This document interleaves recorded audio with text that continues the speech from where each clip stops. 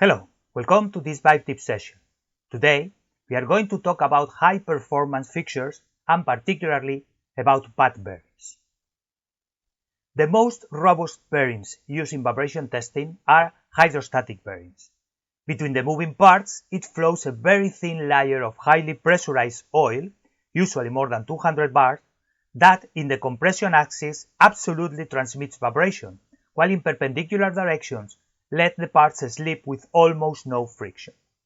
Spherical bearings are a particular case of hydrostatic bearings, where we can distinguish two rods ending in a hemisphere linked by a central adapter.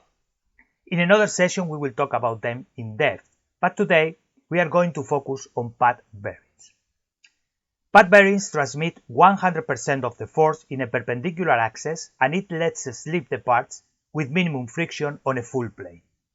The main application of these bearings are in multi-axis testing systems to decouple the different movements and for strong vertical guidance of head expanders and fixtures. In the image, we can see a schematic of a 6 degrees of freedom table. The pad bearings in pink allow to execute, for example, a horizontal or a vertical linear movement without affecting the corresponding shakers in the other directions. Additionally, adding spherical bearings to the design, we can also decouple rotational movement as we see in the image.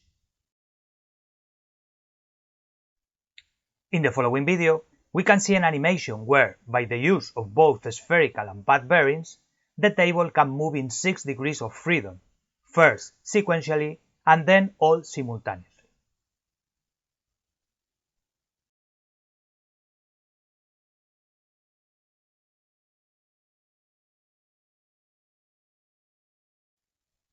In multiaxial testing, with electrodynamic shakers, we can find compact solutions with simultaneous 3 degrees of freedom, vertical, longitudinal, and lateral.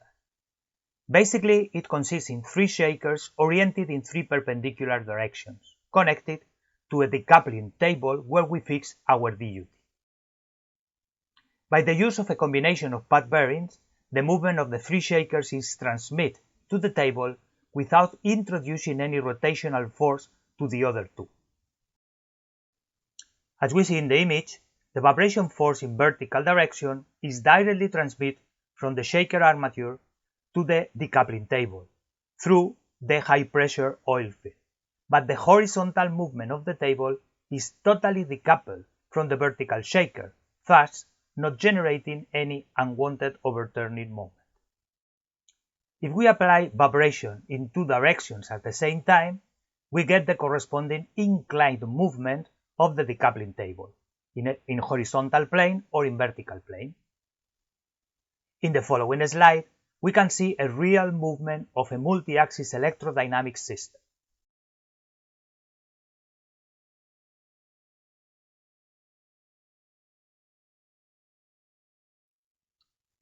Although the capability to excite in 3 axes at the same time brings us closer to reality and significantly improves our test, there are some limitations as we can see in the performance table below.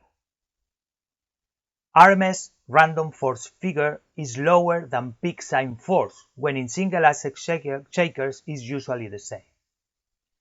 Shock force is lower than in one axis system.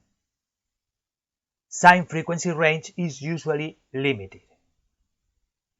Maximum velocity is limited to around 1 meter per second, and maximum displacement is limited to a 51 millimeters peak to peak.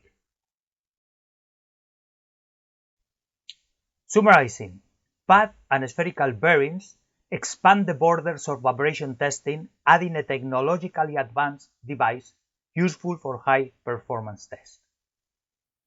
Want to learn more? Invest in education and sign up for our training courses. Thanks for attending, and let's meet in the next Vib Tip session.